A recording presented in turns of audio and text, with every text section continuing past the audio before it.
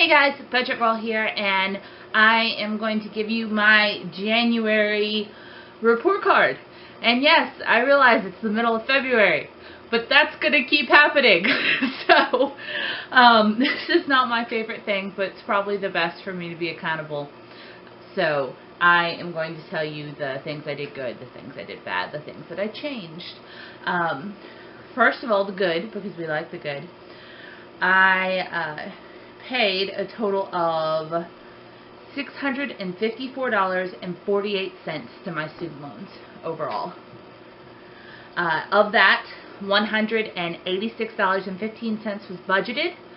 $15 was some extra income I earned doing secret shopping.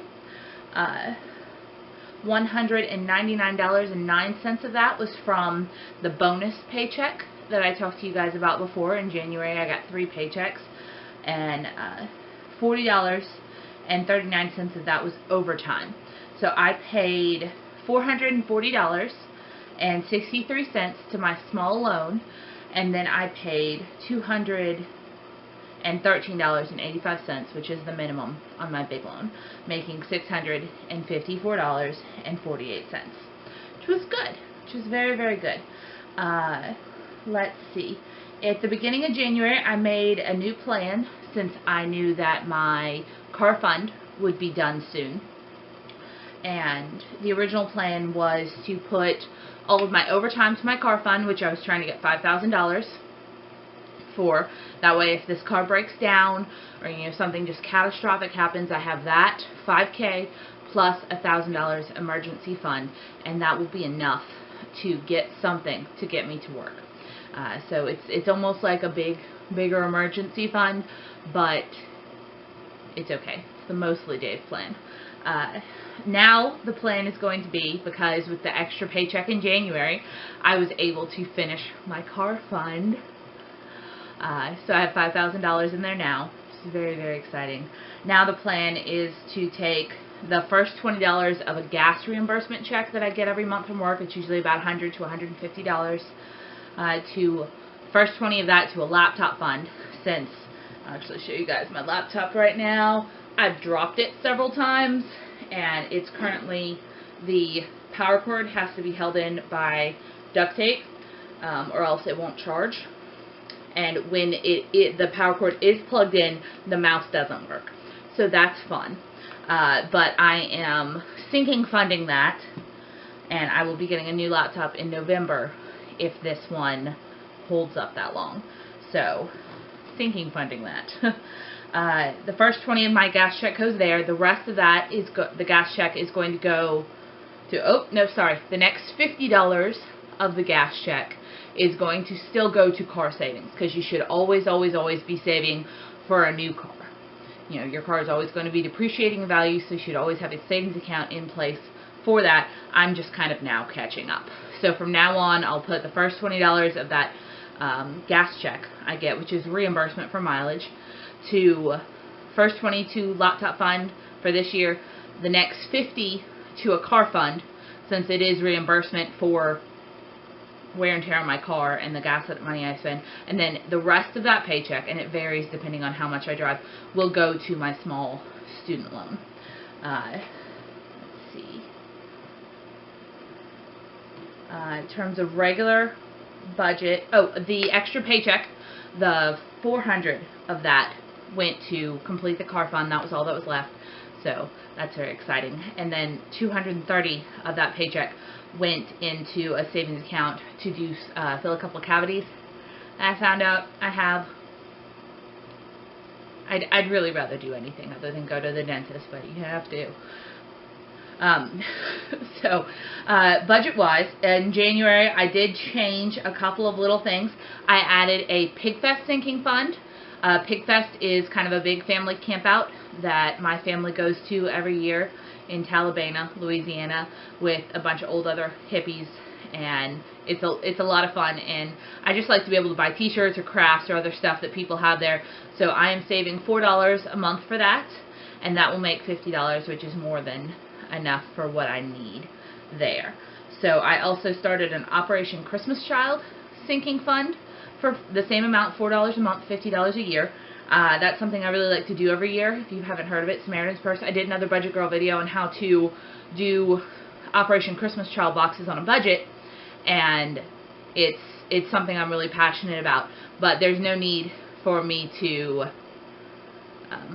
bust my budget every November doing that. So this is actually the second year I'll sinking fund this, and it's so much better when I just know that I'm going to have that money there and be able to do my 2 shoe boxes. So my other sinking funds this year are staying the same. Pet sinking fund, medical sinking fund, Christmas sinking fund, and the other 2. I did add actually 4 new savings accounts. You all know that I have just a ton of savings accounts because my bank allows me to for free, and it just lets me kind of organize things online on my bank online so that I know what I have in each little category. And what I actually did was I added an electrical, grocery, gas, and animal overflow fund. So instead of just kind of letting instead of actually letting an overage in one category just kind of be taken out of the other, if I am under or over in any of those 4 categories, animal, gas, grocery, or electrical, I have a little savings account that I deposit the remainder, or I can pull a little bit extra out of, and that is just to make me a little more accountable. It is something new I'm trying. I don't know if it's going to work or not. I hope so. On 2 of the categories, I had a little bit extra money last month, and so I put that in there. It was just a couple of dollars, so that way maybe I'll go over a little bit this month and be able to pull that out, or maybe I'll just start getting kind of a little reserve in there, which would be nice, but would also probably cause me to amend my budget a little, because if so, I'm putting too much money in those categories. So yeah, it doesn't cost me anything to try it. Let's see. Other than that, I went over in groceries a little bit, mostly because I had a birthday party. So for February, I actually have already added a birthday sinking fund.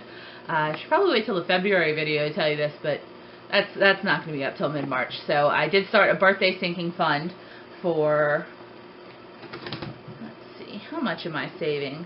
I think it's only like $5. Yeah, $5 a month.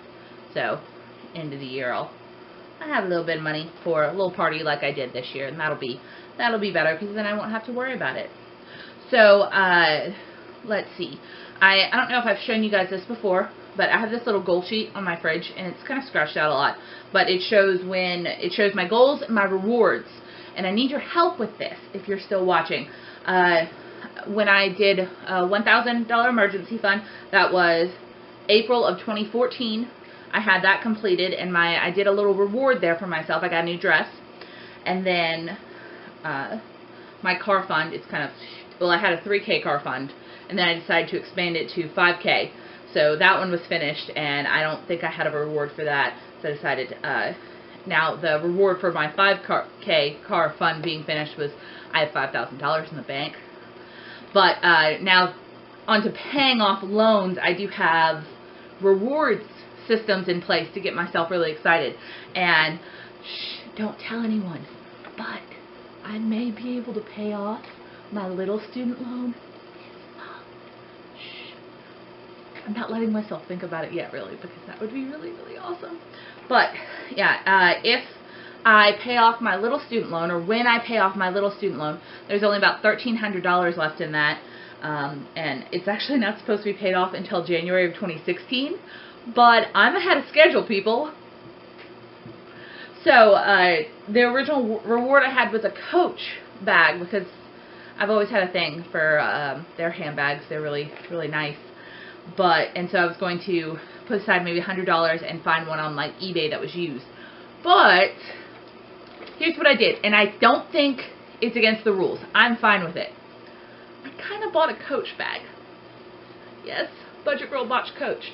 But, here's the thing.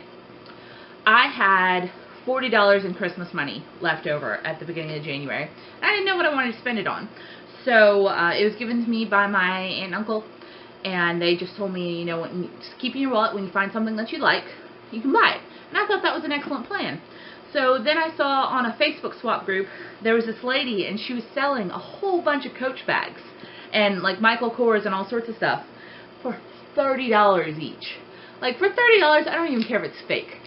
But, so I went and bought this with cash, with money that was extra. And I also would have been fine with buying this out of personal money for that month. But it was cash. It wasn't money that was ever gonna go to loans to buy this. And I really like my purse, you guys. It smells really good. I've never had like a real leather purse before, and it's just so, like, it's sturdy. And I could hold a whole lot of crap in it. But, so as much as I love this, and I feel totally good about it, I didn't feel good for the first few days, but I feel good about it now. I don't have a reward in place for this new payoff goal. And this 4K loan being paid off is a really, really big deal to me because it's a private loan that I got freshman year. It's not federal, and I've been working really, really hard to get rid of it. I also have a cosigner on this, and it's just going to feel so good to not be tied like that anymore to another person. And it's also, I only have 2 debts. I have this little private loan and my big federal student loan. So this is going to be the only payoff until the really big one. And I got to figure out what to do for myself. I think I'm going to set my budget at $100. And as good as, yeah, paying off the 4K is going to feel, I want something tangible, either some sort of experience or an item that I can look at and be like, I accomplished something. Does that make sense? So tell me what you think I should do for my $4,000 loan payoff reward. I've thought of maybe getting like a mani-pedi at the spa or something like that, or go to painting, or maybe a new dress, or go on like a weekend trip somewhere. A lot of those things though would be a lot more fun with someone else to do them with. More so fun than alone. And I don't have a lot of friends that can just lay down $100 on something kind of frivolous. So I would really, really love your help trying to figure out how I should reward myself for this. It's very exciting. And I'm so glad I get to share it with you guys. So I hope you're having a wonderful week. And I hope you'll forgive me for posting my January report card in mid-February. But that's just going to be something that's normal, to tell you the truth. Alright, I'll see you guys later. Bye.